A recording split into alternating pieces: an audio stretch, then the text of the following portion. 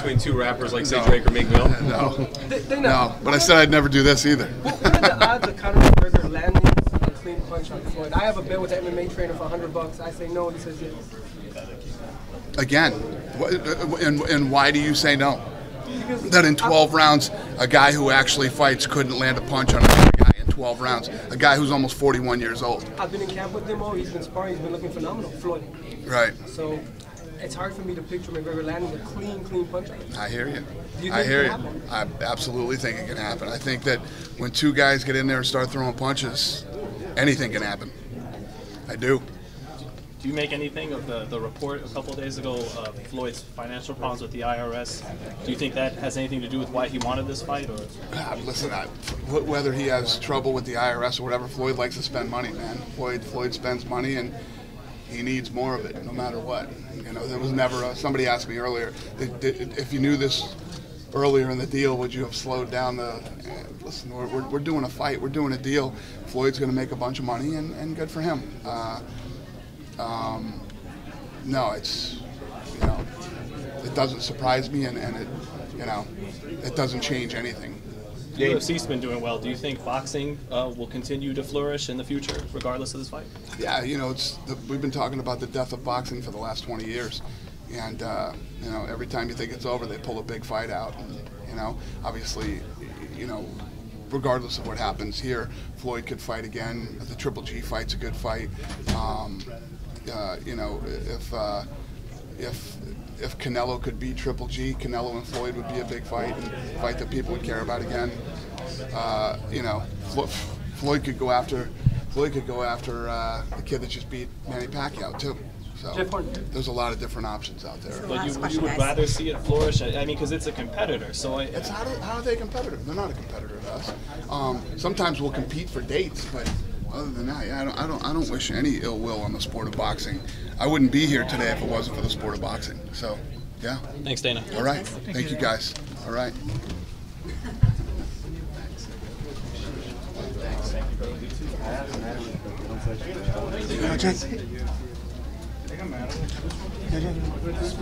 Dana, you've promoted a ton of events, and you've also seen and been a boxing fan for a very long time. How does this event compare to all the other ones you've promoted and you've seen and been a part of? Obviously, you know, it's massive. I've been a part of a lot of big fights, and nothing as big as this. This thing is you know, globally insane, and just even locally. I mean, if you look at what's going on here this week, Staples Center, you know, we call it sold out. Tickets aren't for sale, but you had to get tickets sold out. We had to do a bigger venue in Toronto. Barclays sold out, and then today in London when they went on, 10 minutes gone. So that's just to hear a couple guys talk. So imagine what it's going to be like to see a couple guys fight. What are you anticipating up over there at the press conference? And you had a chance to talk to Conor about anything that might happen. Well, no, it's a complete. I just saw him the other when I landed the other day. We landed at the same time at LAX, but you know, I expect the typical Conor McGregor. You know, I'm sure he's got some things to say to Floyd, and I'm sure Floyd has some things to say to Conor. And you know, in the whole putting this fight together, it's the first time these two have actually seen each other or really said anything about each other. So it should be a fun one.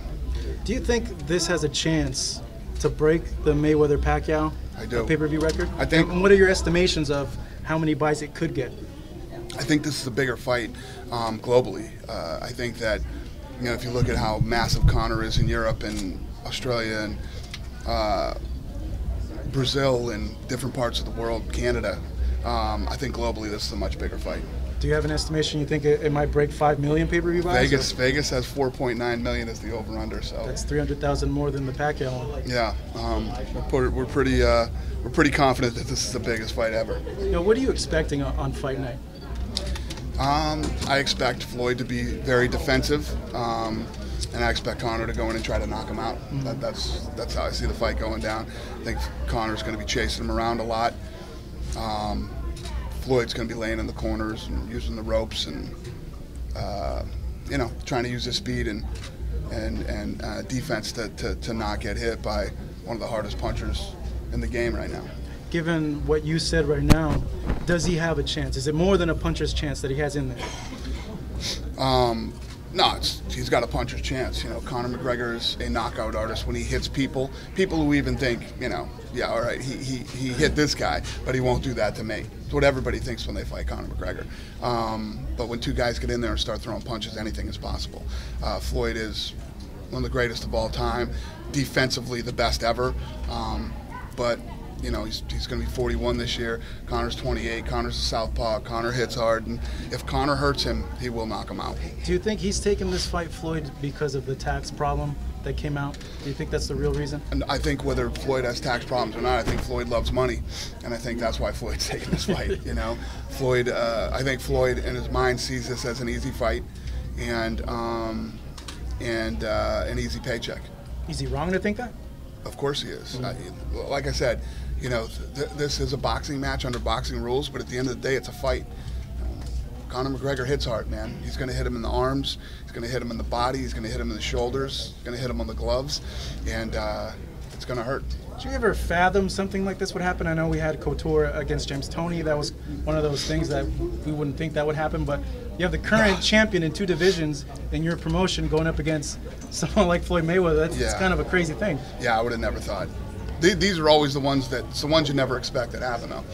If you'd have told me that Conor McGregor versus Nate Diaz would have been one of the biggest pay-per-views in UFC history, I'd have told you you're nuts because they'll probably never fight. But these are always the ones that end up being crazy. Now, have you had a talk? He's going to make a lot of money for this, and when he goes back, he's still going to make a lot of money, but not as much. And that for some people to go down in scale for that, it's kind of a hard thing to do. So for everybody, it is. Nobody wants to go backwards. Yeah. I don't know. I mean, we'll see how that plays out. I think that I was just saying over there, I've had guys, obviously recently too, that have worked for me, that made a bunch of money and never came back to work again. So if it can happen in the everyday, workforce, it can definitely happen in fighting. In terms of this fight as well, you nervous about it? Do you get nervous over something like this? No? Not even a little bit. The last thing I ever thought of is I'd be standing here doing a press conference for Mayweather McGregor. But here we are, and this is what these guys wanted. I stopped doubting Conor McGregor a long time ago. I believe in the kid. I call him the unicorn, and we'll see what happens. The backlash that's happened from the other promoters in boxing, Arum, Oscar De La Hoya, it seemed to... Backlash? I mean, crying? It's basically crying. I wouldn't call it backlash. I mean, it's De La Hoya has been ridiculous through this thing. He's got a great fight that he should be confident about. Triple G Canelo's a fight that I will watch. And, if you're a fan of combat sports, it's never been a better time. There's a ton of great fights. We have a ton of great fights, and boxing has some good fights right now too. So yeah, it's crazy. And Arum's just an asshole. I mean, he's always been an asshole. So who gives a shit what Arum thinks? I'm kind of curious. Who are you picking in that Canelo versus Golovkin fight? You knowing so much about boxing as well. It's a tough one. I don't know. It's a good fight. It's a good fight. Canelo looked amazing in his last outing, and Triple G hits so hard, anything is possible. That's what makes that fight fun. I honestly don't know who's going to win that fight, but I think it's going to be a great fight.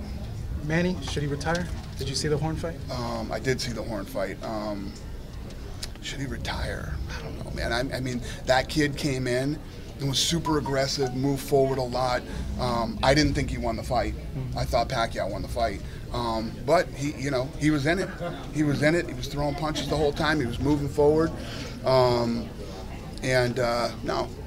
I don't think he should, unless he wants to.